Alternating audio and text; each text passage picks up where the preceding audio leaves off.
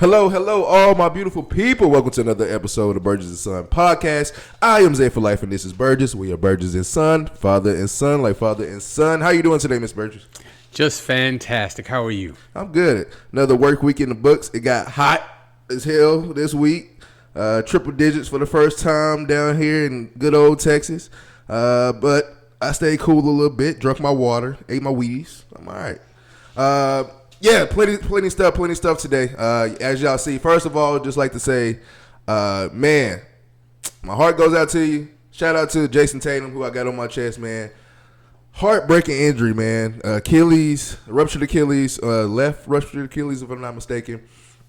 Man, injuries hurt. I'm not gonna lie to you.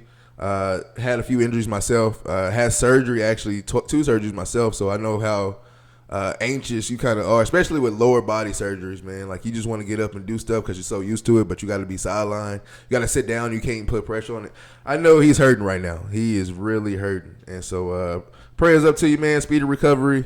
Yeah, man. I know we ain't going to really see you until 26, but till then, man, get right. Anything you want to say about Mr. Tatum? Get well soon, even though, I can't have that much sympathy for a Celtic. Can't do too much. Nah. All right. What we got for the first topic today? Today we're going to talk about the Dallas Mavericks winning the draft lottery, which they had a 1.8% chance to win the lottery. That doesn't sound fishy. And they won the draft lottery.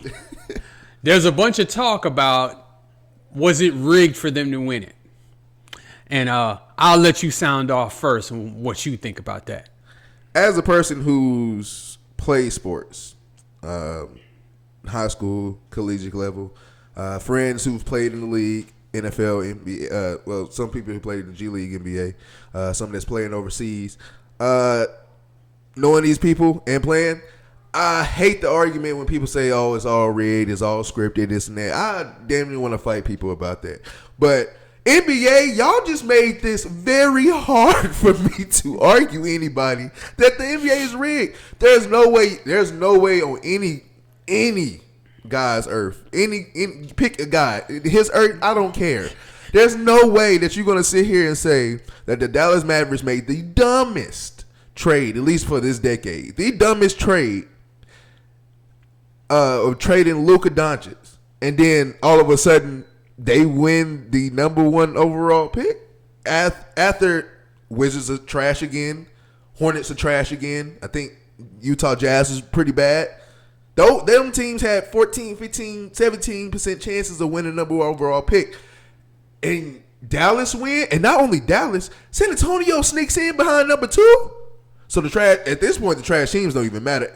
I think after this, I'm an NBA fan. But if I'm a true NBA fan, I would literally be mad sending a letter like, you know what, forget the lottery. You guys just do it like the NFL. Worst team gets the number one pick. Because this is really mad. What you think about it? I'm the first person to always kind of debunk these theories, these conspiracy theories. I love listening to them so I can poke holes in them.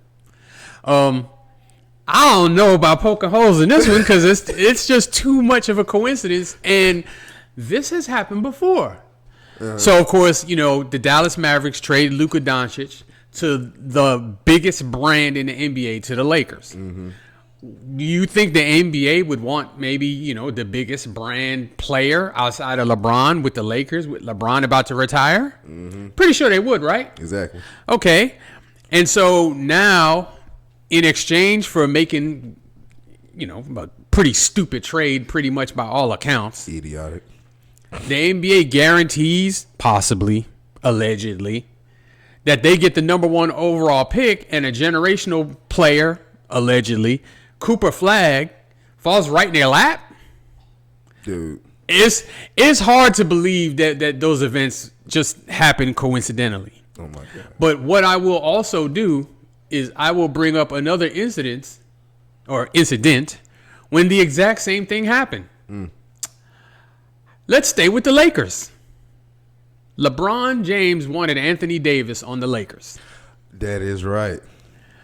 The New Orleans Pelicans traded Anthony Davis to the Lakers. And the Pelicans at the time was actually pretty decent. And they got the number 1 overall pick. That ended up being Zion Williamson. That's twice the same situation with like percentages, less than 2-3% for those respective teams to win the number 1 overall pick in the lottery. I can't question it. I don't know what to say. Then if you go back even further to the very first draft lottery, 1985. Okay. Patrick Ewing is coming out of college, graduating from Georgetown. Okay. Consensus number 1 overall pick.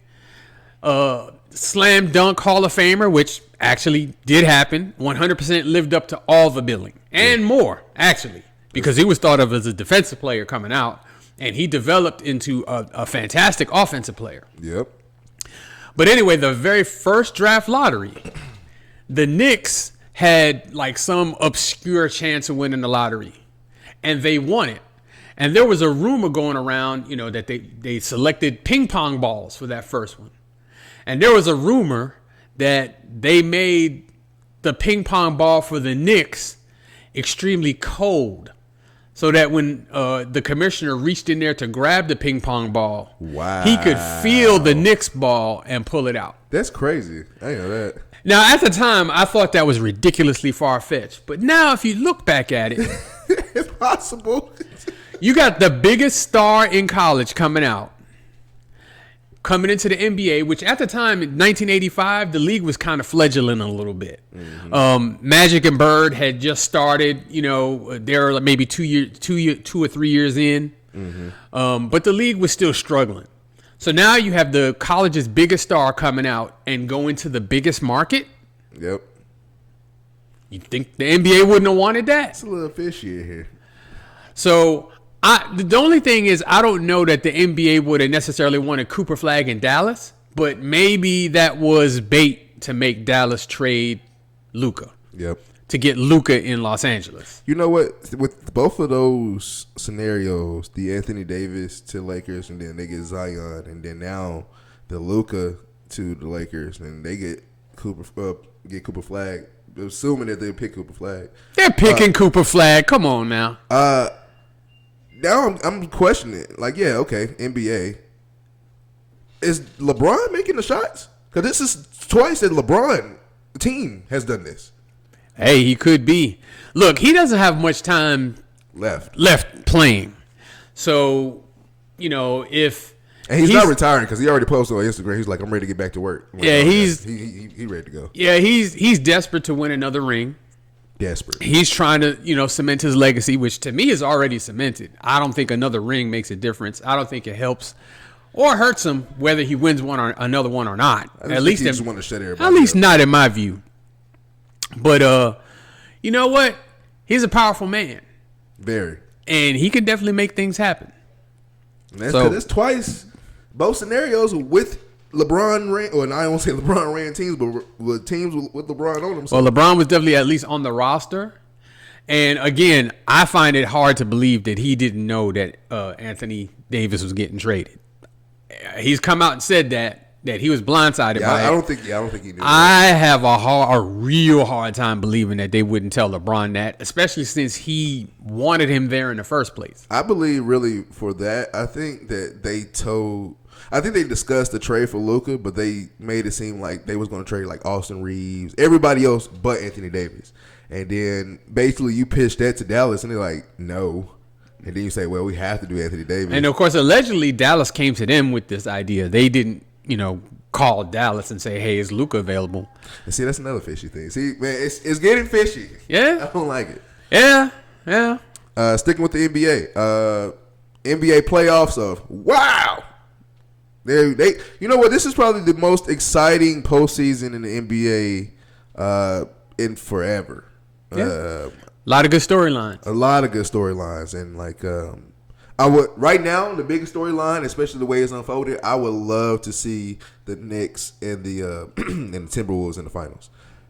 That'd be cool. Julius Randle versus his old team, Cat versus his old team, and like just back and forth. DiVincenzo versus the Villanova boys, and Ant possible first ring or Jalen Brunson's possible first ring. Dude, that would possibly, I'm not going to say go as far as saying the most watched finals, but at least most watched in a while. If the Knicks make it, it's going to be a chance for it to be the most watched final. Yes, for sure. New York is the biggest market that there is in this country. Yeah. And so there's no way that finals is not going to be on every TV in New York. It just is. I remember the last time they was in the finals. I was actually living in New York at the time in 1994 when they played against the Rockets, and the city came to a screeching halt for those games. Damn. So I can only imagine what it would be like now. I'm pretty sure the game would be on the big screen in Times Square every minute of every game if they made the finals. Yeah, in fact, probably that game they're playing tonight in Madison Square Garden is going to be on that big screen in Times Square. We need that game. This is the biggest game in Knicks' recent history. I would say since they were in the finals of 1999. Yep. Dude, it's getting crazy out here. I will not lie. Of course I'm a Celtics fan. I love my Celtics. I want them to win. I want them to win it all. I think we actually still have a chance even without Jason Tatum. Not a strong chance, but we still have a chance. But just for pure entertainment, I want to see a Knicks and Pacers series. I want to see, because they will relive the O-Day series. If I'm not mistaken, they played each other last year in the playoffs, right? They did. Yeah, so this would be revenge for the Knicks. Now, and then you can look in the Pacers' eyes and say, look, we fully healthy now. Mm-hmm. And you can't, come on. And we knocked off the defending champs. You ain't telling us nothing. But they both have good storylines. Pacers knocking off number one seed in the East and all. I'm disappointed in the Cavs. I am very disappointed. Disappointed in the Cavs. Especially to just go out in 5 games like that. And dude, you just laid down. And you were arguably the best team all year. Like, what? Okay, so Evan Mobley, Defensive Player of the Year. We know who Spider is. Of course, the other key players or role players that they have, we know who they are. It's just, I thought that team was actually, I was like thinking like, okay, we probably might play Cleveland or Knicks might play Cleveland. I didn't think that there was any way they would lose to Indiana. So for them to go out in 5 games with a whimper was kind of shocking. I mean, I know they did have some injuries, but I mean, top to bottom, that roster doesn't really compare. Exactly. So, but that's why they play the games. You got to. It's start to finish. It's not over to the fat lady sings. Yeah. And yeah, this playoffs is going crazy. I think I got to look it up, but I think we actually said it in not the last episode before, if I'm not mistaken, that we said the Nuggets and OKC series was going 7. Mm-hmm. We said that was going 7. And it is. And it is. And that's probably the best series right now. It is. Dude, like that is back and forth. Aaron Gordon is still going great. Nikola Jokic is still putting up MVP numbers. That man right there is putting up MVP numbers. And you know what the sad part about this whole thing is? And this is another thing that can go into to the rig for the NBA. The sad part about this is I think the winner of Game 7 is going to win the MVP. I think they already voted on the MVP. I said the same thing too. They just have to announce it, yeah. But either way, I mean, I think, or at least I hope, but I do believe that it's going to be a fantastic Game 7. Yeah, I hope so. I hope it's not like a blowout. And Shea needs to show up. He needs to show up. No, I mean, he just hasn't really played. He hasn't really played well this series. Yep.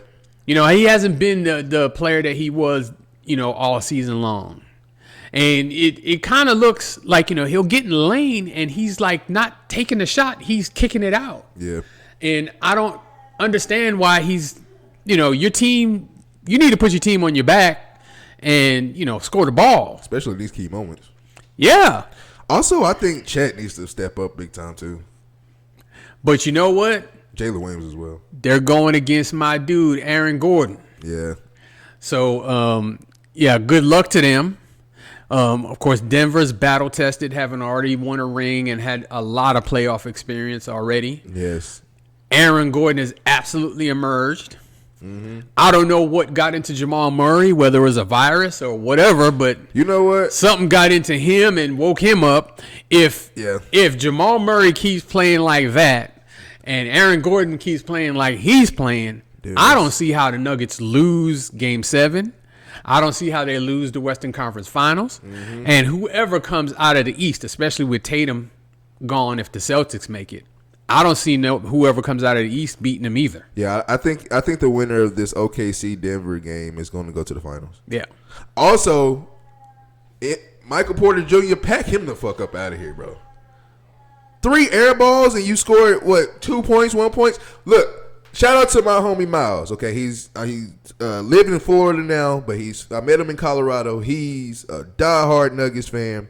From the start of these playoffs, because I always have my Westbrook curse bullshit that I always bring. We always have our back and forth, but I was going back and forth with him. He was like, "Look, Westbrook is not our problem. It's Michael Porter." I was like, "Bro, Michael Porter always good. What are you talking about?" He said, "Michael Porter is not good. I don't know what you're looking at.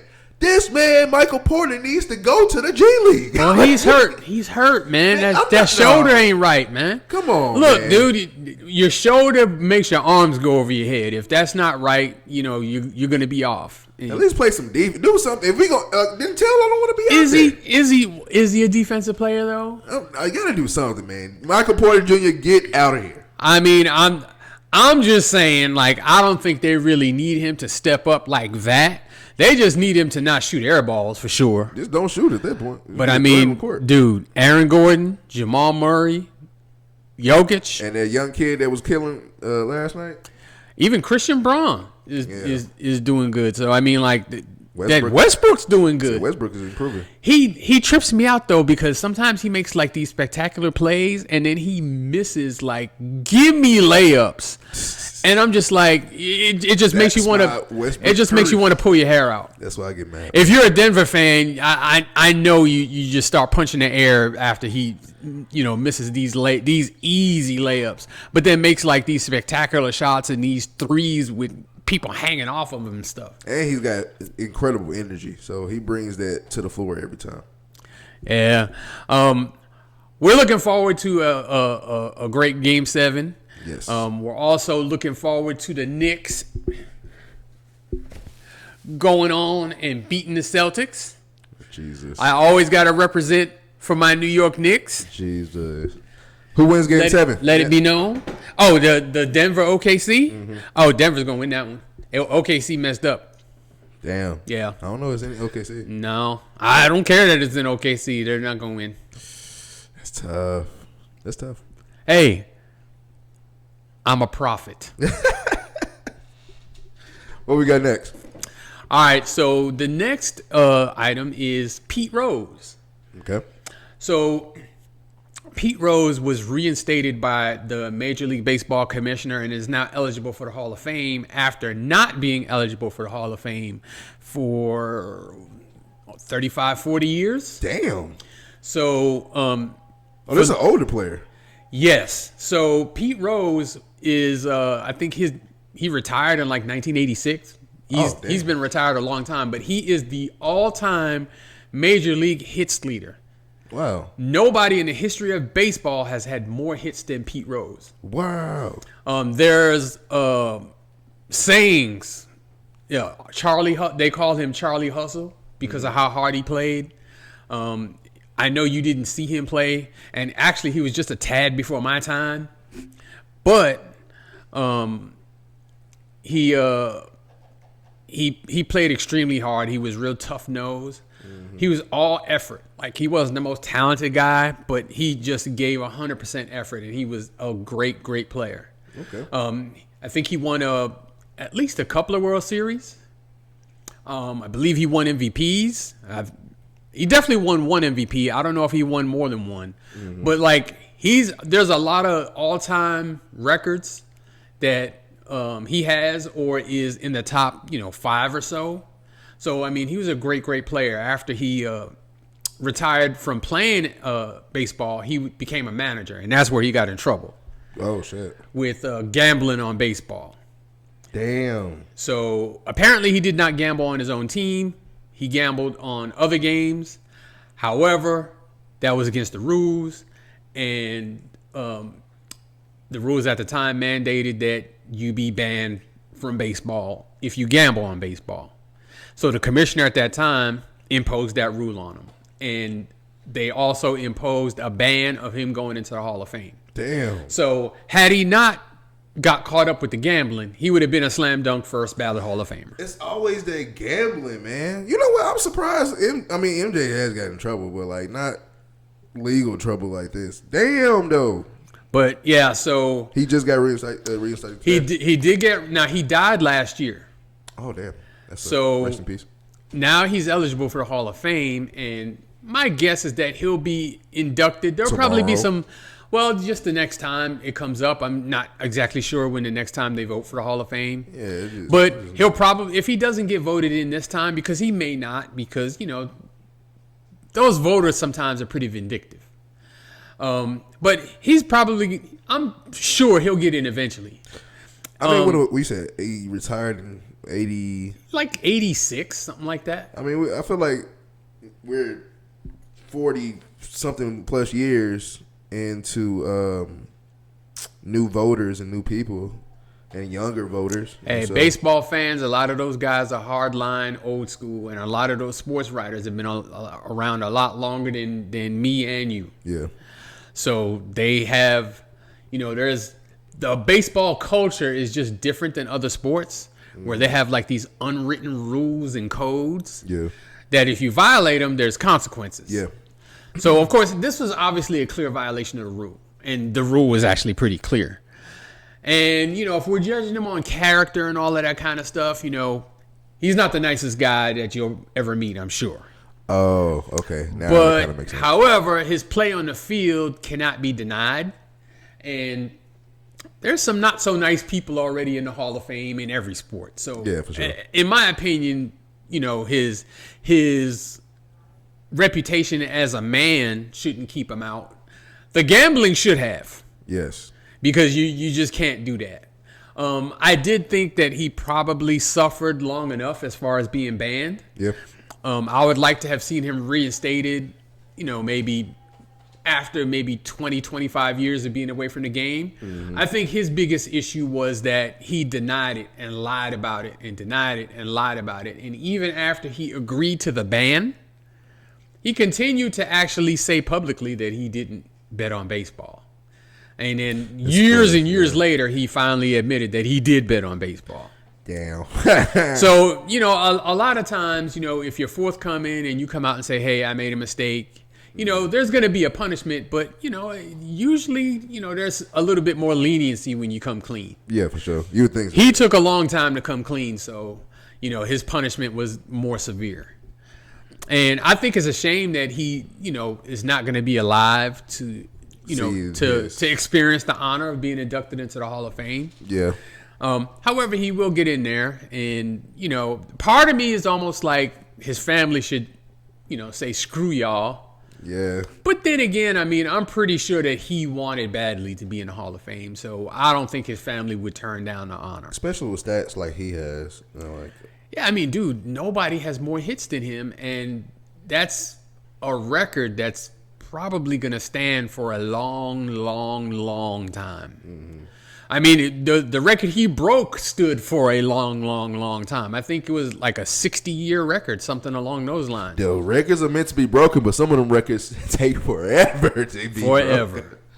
But anyway, so he's back eligible for the Hall of Fame. Congratulations! I feel bad for saying, especially he's not here. But yeah, congratulations, man. That is something it should be well deserved, and I feel like that is the gambling. Definitely, yes, you need to learn to control that, and you don't need to do that. But at the same time, I feel like him gambling as a manager shouldn't dismantle like what he did as a player. No, like I said, I mean, of course, he knew the rules and he broke them. Yeah. I just don't think he should have been punished forever for that mistake. Now, if he killed somebody or something like that, okay, fine. Yeah. But I mean, you know, he gambled. Of course, they're so concerned. All of these leagues are so concerned about the integrity of the game that they take a hard line with gambling. Yeah. Especially then. Now, not so much because if I'm not mistaken, just about the biggest sponsors for all of these sports, all these gambling sites and everything. So nowadays, these sports are in bed with gambling. So it's extremely hypocritical to me that you keep Pete Rose out when you yourself are benefiting directly from gambling. From what he exactly. That's why I say, man, it's so corrupted, man. You know, you know as well as anybody, especially these big time leagues, big time corporations. I own you, and there's nothing you can do about it. And I'm gonna show you, make an example out of you that I own you. I mean, shoot, look at what happened in the draft. What Shador and it happens. You know, this the Sanders boys, bro. Yeah, man. Congratulations to Pete Rose and his family. This is well deserved. I would look more on him and stats, but I think this is well deserved for you and your family. I like you said, some deep down in me want to tell his family, be like, man, forget all that, man. Like, we don't want it now. Like, now you want to kind of disrespect, like a spit into our face of like, yeah, we didn't really fuck with your dad, but now he's gone. Here you go. Like, no, I don't want no, but. I get it. It is what it is. Congratulations, though. And rest in peace. All right. Y'all already know what time it is. Best segment in the world. Soon to be known as the best segment in the world. Way Back Wonder. If you are new here, Way Back Wonder is when the OG tells the young buck stories about past athletes that maybe I just didn't watch. Maybe I did hear about and I just wasn't born to watch. Or maybe I don't know who they are at all. Okay. Who is our Way Back Wonder story today? Today's Way Back Wonder is the great Sugar Ray Leonard. Nice. One of the best boxers that's ever walked the face of this planet. I'm glad you're doing this because I used to get, as a kid, I had got Sugar Ray Leonard and Sugar Shane Mosley mixed up. I guess because of the sugar. Well, Sugar Shane Mosley got his name from Sugar Ray Leonard, who got his name from Sugar Ray Robinson. See, that's where I got it. Who is another all-time great who fought as a middleweight in, I think, like the 40s and 50s. Damn. Great champion back then. But this is about Sugar Ray Leonard. Let's go. So, he's one of my favorite boxers ever. So, like, after Muhammad Ali and Mike Tyson, and, of course, those guys are heavyweights. Yeah. My next favorite is Sugar Ray Leonard. Yep. Loved him as a kid. This guy was like the poster child, like one of the original, like getting a whole bunch of endorsements and being in a bunch of commercials and that kind of thing. Like, that's how popular he was. Damn. He had a little baby face, clean shaven, clean cut looking, even though apparently he wasn't like that in real life. But anyway, that was his image. So, of course, as a kid, I ate it up. And on top of the fact that he was just a legendary boxer. Mm. So he won an Olympic gold medal in, I guess it would have had to have been 1976 because the United States did not compete in the Olympics in 1980 because of a boycott, because it was in Moscow. And we were in the middle of the Cold War at the time. Oh. So, but anyway, after he won the gold medal, he went professional. And lots of hype, lots of fanfare, lived up to all of it. Damn. He pretty quickly became a world champion. And during his career, he fought like the best of the best in his weight classes. So he started off as a welterweight. I think by the time he retired, I think he retired as like a light heavyweight or super middleweight, something like that. But just to give you an idea, a welterweight is the weight limit for welterweight in boxing is 147 pounds. Damn. And I think he won championships all the way from 147 up to 168, I think is the highest weight he competed at. And he won a champion at that as well. Which one of those like, what's his name? Floyd weight class? Well, Floyd, when Floyd started as a lightweight, which is 130. Damn. And I think by the time Floyd retired, he was fighting at like 154. There's some little motherfuckers squabbling, man. Well, I mean, he's not necessarily a large, not a large guy. He's like 5'7". Yeah. And then, of course, how in shape you have to be in boxing. So yes. You can't carry anybody fat whatsoever. Yes. But like he had this combination of speed and power. Great defensive fighter. You couldn't hit him. He was too fast. And then you couldn't stop him from hitting you. He was too fast. Damn. And the thing is, like, he'd hit you with the jab. He could fight you any way you want. You know, he could brawl with you.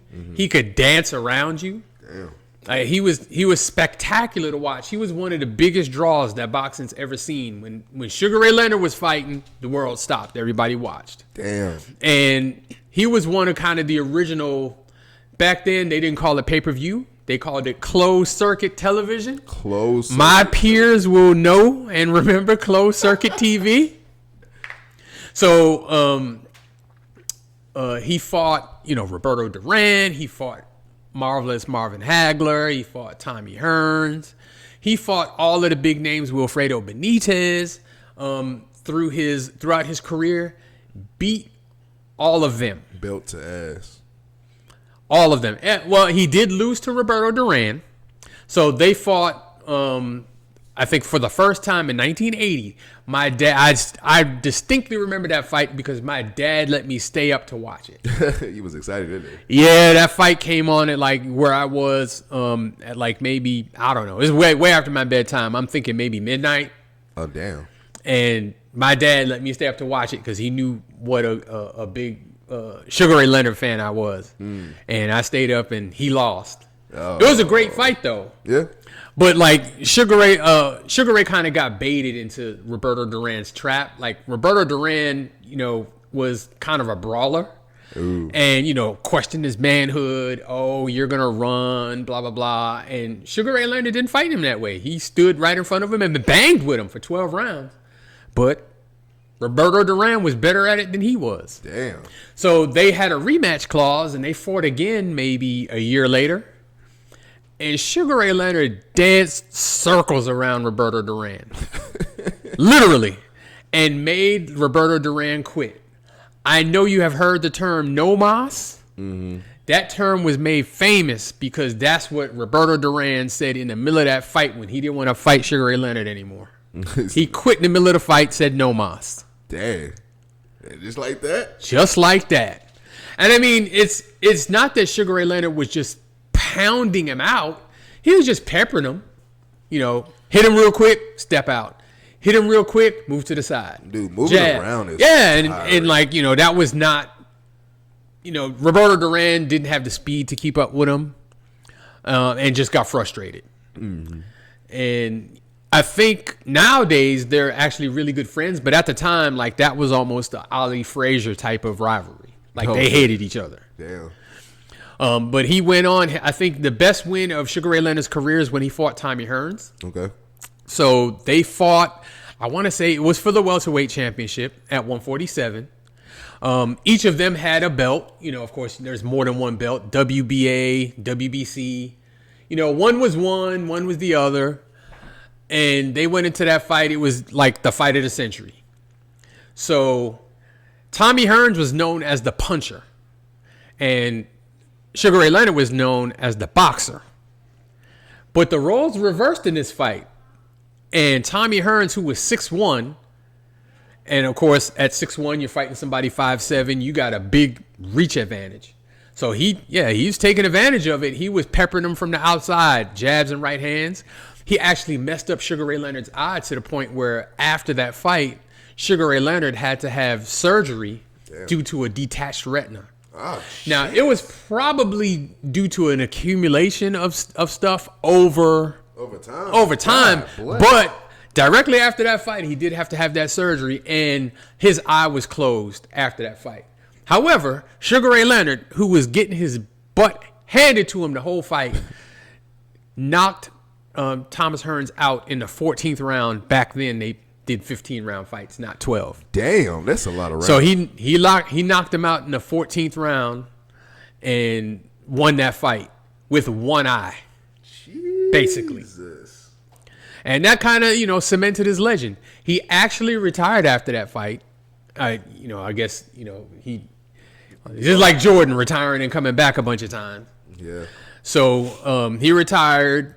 But then he had the surgery. I think the doctors advised him to retire. Yeah. But then he ended up coming back. He won another world championship, and then in one of his last great fights, he fought Marvelous Marvin Hagler. R.I.P. to Marvelous Marvin Hagler, another great fighter during that time. Rest in peace. He fought him for the middleweight championship, and Marvin Hagler at the time was like the Mike Tyson of the middleweight division. Like, people were concerned that, Sugar Ray Leonard getting in the ring with this guy wasn't going to end well. Sugar Ray Leonard beat this guy. Okay, I'm not going to say he beat him because it is kind of disputable. He won a decision that was kind of disputed, but the fact that it even went the full 12 rounds, when everybody thought that Hagler would just absolutely lay him out, was actually a pretty big upset. Yeah. But Sugar Ray Leonard kind of gave a lot of fighters after him the blueprint on how to win these types of fights. What he did is he went into the fight with a strategy, not to expend a lot of energy, but to stay away from Marvin Hagler. And then when there's 30 seconds left in the round, just throw a lot of punches. So not a whole lot of action during the first 2 minutes and 30 seconds in the round, but then the last 30 seconds just kind of go ham and throw a lot of punches. And so we're all humans. What we see last is kind of what we remember best. Yep. And he stole rounds that way. Wow. And he ended up winning the fight by decision like that. And that was actually Marvin Hagler's last fight. He was so disgusted with the decision, he didn't fight anymore after that. Yeah, he was mad, pissed off. Sugar Ray Leonard himself, I believe he retired after that again. But he ended up coming back, and he had a few more fights, and, he won a couple of more titles, I think, at a super middleweight at 168, against, people that were kind of handpicked. They weren't great fighters. They were the best fighters that were available in that division at the time, but they weren't great fighters. Yeah. And then, he fought Tommy Hearns again. They fought to a disputed draw. A lot of people thought that Tommy Hearns won that fight. But in any case, one of the original poster children for boxing, it did come out later that he had substance abuse problems pretty much that whole time. He, to this day, I believe he has an estranged relationship with his son, who's named after him, Ray Leonard Jr. Okay. As far as I know, Ray Leonard didn't get into athletics, but neither here nor there. Yeah. He is still beloved to this day, for his boxing career. He does a lot of commentating on fights. He's actually, very, very insightful. Mm-hmm. Obviously knows, has forgotten more about boxing than, pretty much all of us will ever know. And he's an icon of the sport. Like, full stop, icon of the sport. You can argue that he's on the Mount Rushmore. Now, for his weight class, he's definitely on the Mount Rushmore of welterweights. Without question. Without question. Yeah, you could. It's probably, I would say, between him and Sugar Ray Robinson, all time. Okay. But I mean, if those, I've only seen tapes of Sugar Ray Robinson. Again, that was well before my time. The 40s, right? Yeah, the 40s and 50s. Yeah, my parents weren't even born then. Damn. But yeah, that's the rarefied air that Ray Leonard is in. Absolute great fighter and a marketing savant. Made himself a lot of money in the ring. Hell yeah. Oh, man, that was a good one. I like that. I told you I was excited for that one. Way Back Wonders. It was one of the best segments in the world. Like I do always, I ask questions about who we talk about. Sugar Ray Leonard. Definitely before my time. So I don't know much. And I'm still rarely new to boxing, getting used to it, watching it more and more, that in UFC. Is there any fighter, maybe in his weight class now, that you can say can put up a decent a decent match. Probably like in their prime, so like a Floyd in his prime. Floyd in his prime. If you could, Floyd was really good at 147 too. Well, Floyd was really good at all of his weight classes. Yeah. But Floyd would probably be the most comparable. And if you're comparing Floyd Mayweather to Sugar Ray Leonard, I would say Floyd is a slightly better defensive fighter, but Sugar Ray Leonard is by far the better puncher. Yeah, for sure. Okay. And so that would be a great fight. Like no, Sugar Ray Leonard isn't really comparable to Pacquiao. I was gonna say that Sugar Ray Leonard of course Mayweather fought Pacquiao and it would probably be similar to that, but no. No, I feel like that fight was well too. I think Sugar Ray Leonard was better than Pacquiao. But absolutely, I think Floyd's an all-time great as well. I think Sugar Ray Leonard's just a little bit better. And I think if they both fought each other at comparable weights, both of them in their prime, I think Sugar Ray Leonard wins the fight. Ooh, that's a good one. We're going to take that one out. Good one. Way Back Wonder, soon to be known to the world. It's the best segment in the world. That was Sugar Ray Leonard. Clap it up. I like that one. Okay. And our last segment of the show, our always last segment, is List of the Week. List of the Week, we take a top 5 list, either picked by us or by you, the fans, and we make a top 5 list of that. And this week's list of the week, this week's list of the week is top 5 most unbreakable sports records. Who was the top 5? All right, so we're going across the 4 major team sports. Well, 3, because 4 would include hockey, and to be honest, I don't know enough about hockey. Yeah. But the number 5 I have on my list for the most unbreakable sports record is the great Bill Russell, who won 11 championships in his NBA career. Yeah, I don't think nobody's winning that. And then not just 11 playing and coaching, just playing. Well, of course, he was a player coach for, I think, 2 of them. I thought it was more than those. Maybe more. But I know he was a player coach and they won a championship while he was a player coach. But 11 championships? I mean, you look at your modern day players now. Of course, I will concede now that the league was much different back then. Yes. There were less teams. So less teams. Yeah, kind of. It's easier to get through the playoffs, I guess. But I mean, if you get to the finals, you're playing another really good team. Exactly. And I think he only lost 1 finals.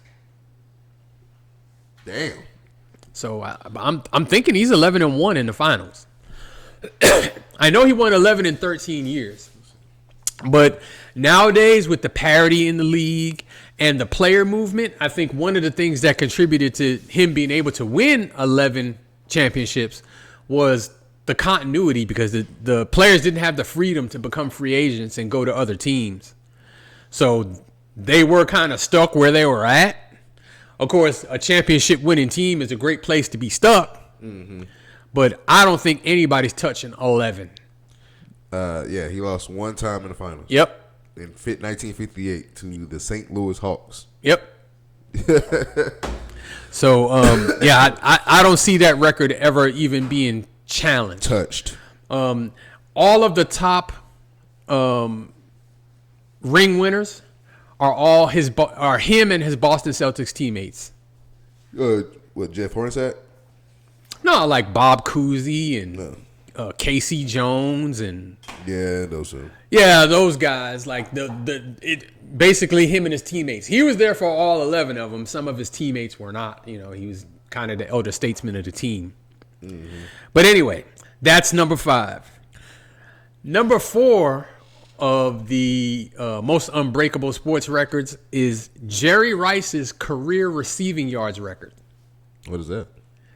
It's 22,000 yards. Actually, it's more than that, but 22,000. Damn. So for his career, right? God, dog. For his career. And just the NFL? Just in the NFL. So just think about this. If you had an 1,100-yard season every season for 20 years, you'd still be behind him. Damn. And an 1,100-yard season is a pretty great season. Yeah. Even with today's pass happy, and it was not that pass happy then. Yeah, it was pass happy. That's how great Jerry Rice is. It's not getting broken. Damn. It's not. Larry Fitzgerald, I believe, is second. And Larry Fitzgerald played like 18, 19 years. And I think Larry Fitzgerald has 17,000, which is a ridiculous number. And he's not even close to Jerry Rice. Damn. And then T.O. was number 3. Yeah, 22,000. If he would have caught, or if he would have had 100 something more, maybe 100. What was that? 100 and what's the number? 22,895. You would have had closer. If he had 105 more yards, he would have had 23,000. And then second is Larry Fitzgerald with 17,000. Yep. And then T.O. and Randy. Yep. And those guys are at like 15. They're not sniffing Jerry Rice. That is correct. That's crazy word. So, of course, we have great players, great wide receivers. We're in an era right now where there's a lot of great wide receivers playing. Oh, my God, yes. Jamar Chase, Justin Jefferson. Those these are guys that you would think, oh, they probably got a good chance to break that record. I'm going to say Travis Kelce, too, because they got Tony Gonzalez is on here. 15,000. Travis Kelce ain't touching Jerry Rice. Well, I'm just talking about as far as good receivers now. But okay, I mean, he's probably maybe right now he's got the most receiving yards anybody currently playing. Mm-hmm. Nobody's touching that 22,000. It's not going to happen. Damn, Julio couldn't even do it. Nobody's going to be able to do it. That's why it's one of the most unbreakable sports records of all time. Jesus. So shout out Jerry Rice. Shout out Jerry That's Rice. why, like, I can't even take people seriously when they say, "Oh, Randy Moss was better than Jerry Rice." No, the fuck, he wasn't. He was just more. He was better to look at. I said he was more talented. He was not a better player, and numbers tell the story. So number 3, most unbreakable records, and I know people are going to argue about this one, but I don't see this happening. Wilt Chamberlain scoring 100 points in a single game. Yeah, that's not being broken. What's wild about that record is that there's actually no videotape of that. The game was not televised or filmed at all. Straight word to mouth. Yeah. But 100 points by himself in one game. And you know what's crazy? I was actually talking to one of my best friends about this. It was about like a couple of weeks ago, and we dug deep into it. We actually looked up the box scores, and he scored 100. It was other teammates scoring 25 and 29, and I was like, "Damn, hold on, what was the final score of this game?" Well, Wilt was like great at a lot of things. He was actually a really good passer, as well as obviously being a great scorer and rebounder. So, they didn't have the 3-point shot back then, but, he was really good at hitting, open shooters because the whole team would collapse on him a lot. Even though, like, the man averaged 50 points a season, which is another record that it's not going to be broken. 50 points a game for a season. I think his career average for rebounding was like 26. I don't think it's quite that high. I think it's 22. But, I mean, I don't think anybody's messing with that either. That's good. That's just wild. So, I mean, it's obviously the era was different, and people are going to say, oh, he played against plumbers and electricians. And mailman. Yeah, and that kind of thing. Milkman. There were still NBA players. No, they weren't as good as they are now. I hate those. Still, arguments. That record is going to stand forever. I don't think anybody's breaking it. So, on to number 2. And we're going to go to baseball, actually, for the last 2 records. Okay. So, the first is Rickey Henderson's stolen base record. Okay.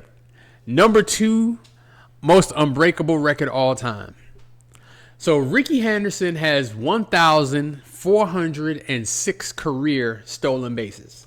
1,400. Jesus. Okay. So if somebody stole 80 bases a year, if somebody stole 70 bases a year and played for 20 years, they still wouldn't get the record. This is wild, man. So 70 bases every year for 20 years, you still wouldn't break the record. This is unfair. He is so far in front of number 2. So the person who's in second place is Lou Brock. Mm-hmm. How many you got? 900 and something. Not even 1,000.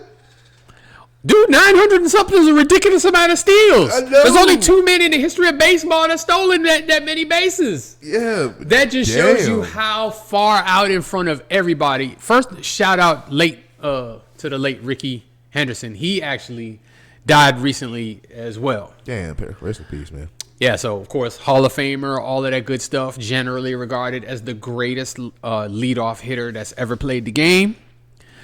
1,406 stolen bases. That is... The funny thing is, if you look at Ricky Henderson, like the guy was short, compact, muscle-bound, he looked like a power hitter. You wouldn't even think like that the guy had the kind of speed that he had. But this record, 1,406... First of all, people don't steal bases like that nowadays because nowadays everybody waits for the home run. So if you can, you get on base so Aaron Judge can hit one over the fence and score you. Ricky Henderson used to generate the runs by himself, pretty much. So he'd get a hit or walk, and he walked a lot. He's still second. He's still third. And then, once you're on third base, if it's less than 2 outs, that's a run. He also is the all-time major league leader in runs scored. So, I mean, it's not just that he was stealing bases. He's impacting the game. He's impacting the scoring of the game. This dude was badass. I said he's the greatest leadoff hitter of all time. Take a look. And he played I think 24 years. And was productive the entire time. Like, even when he retired, he still could have been playing. Ricky Henderson sounds like a black guy. Ricky Henderson was a black guy.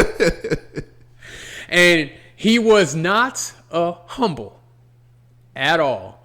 He actually referred to himself in the third person all the time. It's the most hilarious things when you used to watch his interviews. Kind of like how... he would call himself Ricky. Really? Yeah. Kind of like how Hulk Hogan used to do. Well, Hulk Hogan's coming to your city, brother. Yep.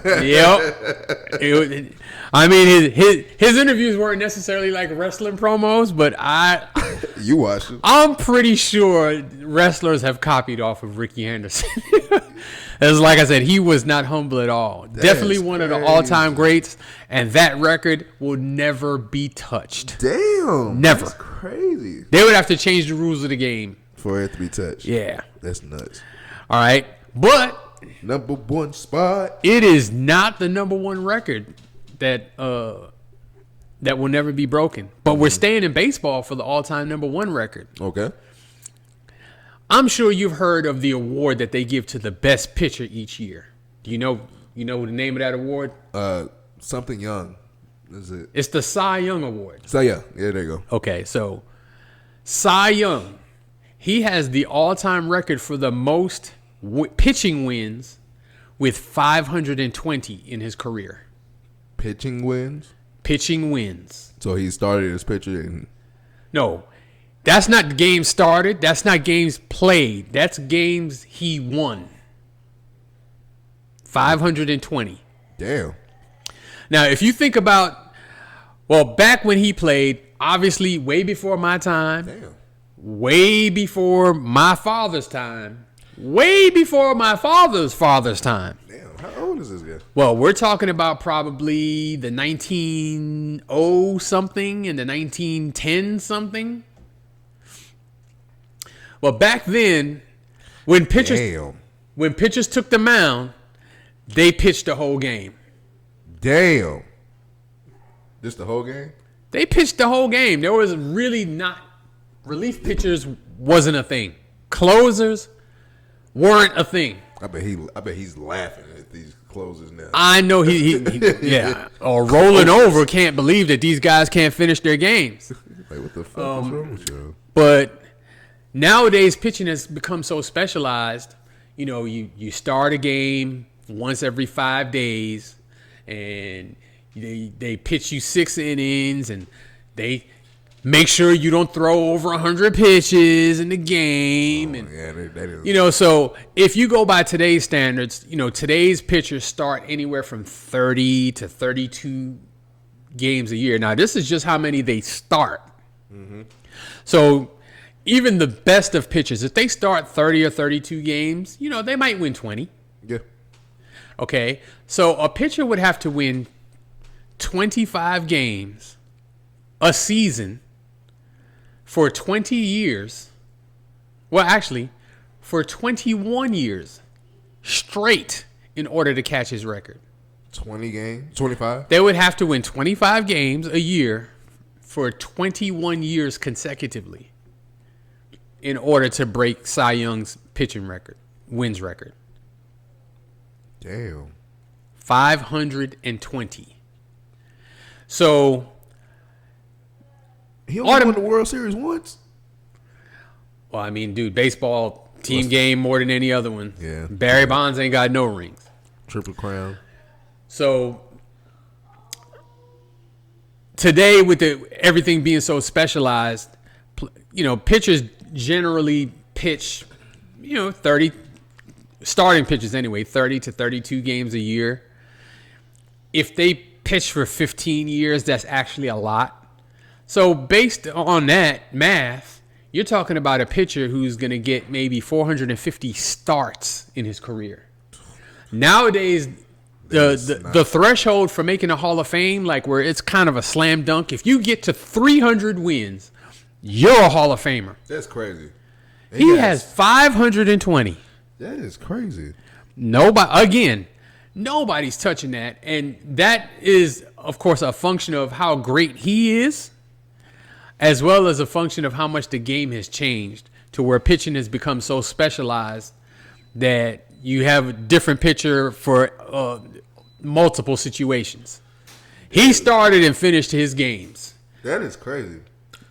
But I wonder now, because you know how like if a pitcher starts the game, mm-hmm. He might be able to start the next game, but after the next game, he's sitting out for like 8 days or whatever it is. Well, I mean, they space it out. So let's say you start a game on the 1st of the month. Your next start might be on the 5th or 6th. Then your next start after that might be like on the 10th or 11th. And then you're not pitching the whole game. Yeah. Like they hardly ever pitch the whole game. Mm-hmm. And then, you know, usually there's 3 or 4 pitchers that pitch in a game. So, you know, a starting pitcher, even if he does great, usually goes about 6 innings. Mm-hmm. And then they bring in a pitcher to pitch the 7th. And then they bring in another pitcher to pitch the 8th. And then they bring in another pitcher called the closer to pitch the 9th. First of all, he was born in 1867. Yeah, dude. Damn. Yeah. Yeah. God. They didn't even know in Texas that slavery was over in 1867. Well, we wouldn't be right here right now. I'm telling Get them off the screen. Get them off the screen. I was just saying that's how long ago it was. So, you know, That's of course, wild, though. so he was pitching in the 1800s into the 1900s. Yeah, he said he retired in 1911. There you go. So, but nobody's touching that record just because it's impossible based on how the game is now. But still, 520. Do you know how many pitchers have played baseball since 1911? I know his arm was hurting. I don't think anybody even has 400 wins. I think the next highest win total is 373. I want to say. And it's either Walter Johnson or Christy Mathewson. And those are pitchers who pitched way before my dad was born. Damn. Yeah, Cy Cy Young with a total of 511 wins. Oh, okay, 5'11". I apologize. It wasn't 520. It's 5'11". Still nobody's touching it. And followed by Walter Johnson with 417. Oh, so he did win 417. Okay. And Grover Alexander has 373. Okay. Damn, though. 500, bro. Yeah, these records, bro. This is a good one right here because these records is crazy. It's not getting touched. These is crazy. It's not getting touched. And if someone was to break that record, they would have had to break that record before maybe 1940 when relief pitching started to become a thing. Now they baby these guys to the point where they don't let them throw more than 100 pitches in a game. Like back then, like if the game went into extra innings, that same pitcher was still pitching. Damn. So, I mean, that game went 15, 16 innings. Cy Young pitched them 15, 16 innings. Your arm is hurting. And you know what? 3 days later, back on the mound to do it again. Damn. That's what you call bionic body. I'm just telling you. And you would think now that they would these days with medical advances and all that kind of stuff, that these guys who are supposedly bigger, faster, and stronger would be able to have that kind of stamina, and they do not. Damn, bro, that is crazy. These records are nuts. I love them. Let's see. Out of all the records you named, all of them will not be in touch. The only one that I can say can come close, and only because it came closer before, is Wilt Chamberlain's 100 points. Well, of course, that was Kobe Bryant scoring 81. Yeah. And you need somebody to beat Kobe. Like Kobe was like, give me this ball and get the fuck up out my way. Look, there's, of course, Luka scored, 73 not too long ago. I think Donovan Mitchell scores 70. Yep. So, there have been 70-point games. 100? Nope. I don't think that's going to happen again. And even with the three-point shot. And just take into account that Wilt Chamberlain did that without the three-point shot. Dude, straight twos and free throws. And I don't even think he was a good free throw shooter.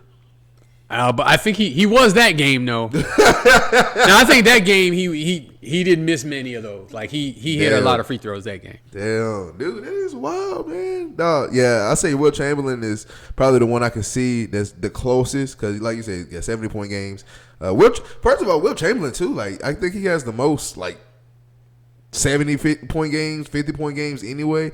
I feel like, bro. He averaged 50 points a game for a season. Dude, I get kind of I get disrespected because they disrespect Wilt Chamberlain so much. I know we don't got video footage of the 100-point game and this and that. Oh, they're making up. I'm looking at when they, I think it was Dame Lillard when he scored 70 points, and I think that was his second time doing it, or it was his first. But somebody did it twice, and I think it was James Harden.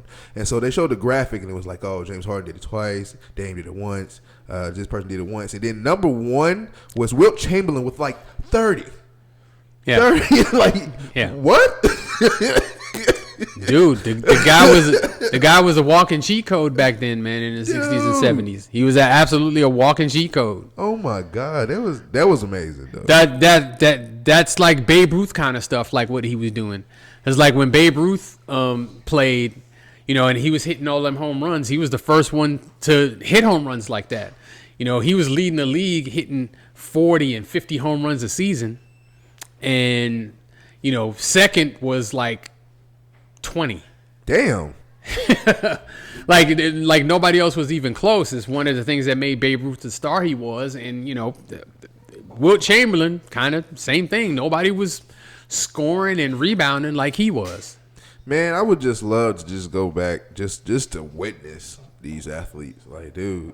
I know a lot of people talk about it, and some people that are still alive today still talk about it. They do talk about athletic. Wilt Chamberlain was 7'1", 7'1", 7'2", 200-something pounds, but could run a 4'1". What? Yeah, he was a magnificent athlete. Excuse me? Yeah, it was kind of well known that he was just a great athlete, period. You're wow. Yeah. And then running that fast, jumping that high, volleyball champion, freakish athlete, bro. That's crazy. Thank you guys for tuning in today. That was your list of the week. Top 5 most unbreakable sports records. That was crazy. I'm definitely looking those records up after this. Trust me. Okay. Thank you guys so much for joining us today. Another sports world talk for your favorite father and son duo. Okay. The Knicks and the Celtics are playing right now, aren't they? What's up? And then we're going to see what happens. Y'all ready? All right, till next time. Thank y'all guys. I am Zay for life. This is Burgess. Burgess and Son is out.